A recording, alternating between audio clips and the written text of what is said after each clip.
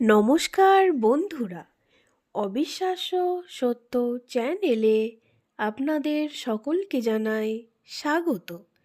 আজকের বিষয়টি হতে চলেছে খুবই গুরুত্বপূর্ণ একটি বিষয়। হ্যাঁ বন্ধুরা, তাই ভিডিওটি আপনারা প্রথম থেকে শেষ অবধি দেখুন এবং বাড়ির উন্নতি করে নিন। সবাই জানে না এই বিষয়গুলি, আপনারা জেনে নিন। আমি আজকে আলোচনা করতে চলেছি দারিদ্র্যর 14টি কারণ। হ্যাঁ বন্ধুরা, যেগুলো আমরা সবার বাড়িতেই মোটামুটি না বুঝি করে ফেলি। সেই ভুলগুলি থেকে শুধরে নিন এবং বাড়ির উন্নতি করুন, অর্থ প্রাপ্তি যাতে হয় সেই চেষ্টা করুন। আমি এই ভিডিওর মাধ্যমে এমন কিছু উপকারী কথা বলতে চলেছি যেগুলি জানলে আপনারা দ্বিতীয়বার আর করবেন না। হ্যাঁ বন্ধুরা, তাহলে আমরা এই জিনিসগুলি জেনে নিই।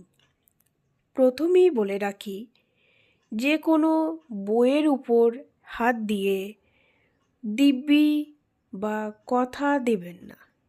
কেউ যদি আপনার কথা বিশ্বাস না করে, এই অনেকেই বলে আমি বই ছুঁয়ে প্রতিজ্ঞা করছি, তোমার মাথা ছুঁয়ে প্রতিজ্ঞা করছি, তোমার দিব্যি দিচ্ছি, এই সমস্ত জিনিসগুলি এড়িয়ে চলুন।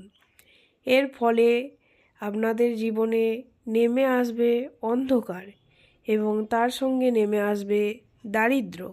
তাই বই ছুঁয়ে কখনোই প্রতিজ্ঞা করবেন না।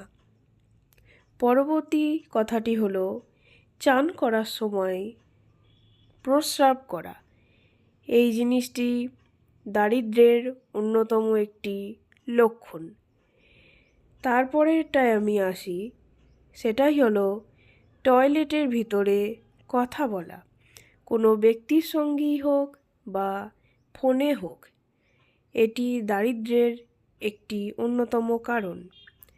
4 নম্বর হলো উপুর হয়ে ঘুমোনো। হ্যাঁ বন্ধুরা, এটি আমাদের শারীরিক দিক থেকেও দুর্বল করে এবং মানসিক দিক থেকেও দুর্বল করে। বৈজ্ঞানিকদের মতে উপুর হয়ে ঘুমানো উচিত নয় এবং এটি দারিদ্র্যের একটি লক্ষণও বটে। পরের কথাটি হলো ঘরের মধ্যে থুতু ফেলা। ঘর সবসময় পরিষ্কার পরিচ্ছন্ন রাখবেন।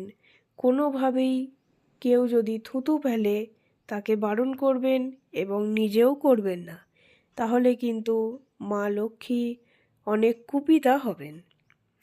এরপর হলো বাম পা দিয়ে প্যান্ট পরা শুরু। এই জিনিসটা করবেন না, আপনি ডান পা থেকে শুরু করুন। তারপরের কথাটি হলো নারীরা অনেকেই দাঁড়িয়ে দাঁড়িয়ে চুল বাঁধে। সেই জিনিসটা করবেন না, বসে বসে চুল বাঁধার চেষ্টা করবেন। পরবর্তী কথাটি হলো নোংরা বিছানায় ঘুমোনো। হ্যাঁ বন্ধুরা, বাড়ি সবসময় পরিষ্কার পরিচ্ছন্ন রাখবেন, তার সঙ্গে বিছানাও। কারণ একটি ঘরে বিছানা আমাদের অনেকটা শোভা বাড়ায় এবং সেটি মা লক্ষ্মীর ভালো লাগবে।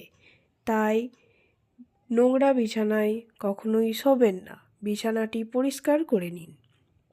এরপরে আসি ছেঁড়া কোনো জুতো বাড়িতে রাখা। এটি খুবই অশুভ একটি লক্ষণ এবং নেতিবাচক শক্তি গৃহে প্রবেশ করে এর মাধ্যমে। তাই এটি করবেন না, ফেলে দিন সেই জুতোটি। সূর্য ওঠার পরেও ঘুমিয়ে থাকা, এটি শারীরিক ও মানসিক দিক থেকে আমাদের দুর্বল করবে। তাই যতটা পারবেন ভোরবেলা ওঠার চেষ্টা করবেন। সেটি হলো সবথেকে সুন্দরতম সময়, আপনার সারা দিন এর ফলে ভালো যাবে। তারপরে আসি মোমবাতি বা প্রদীপ ফুঁ দিয়ে নেভানো।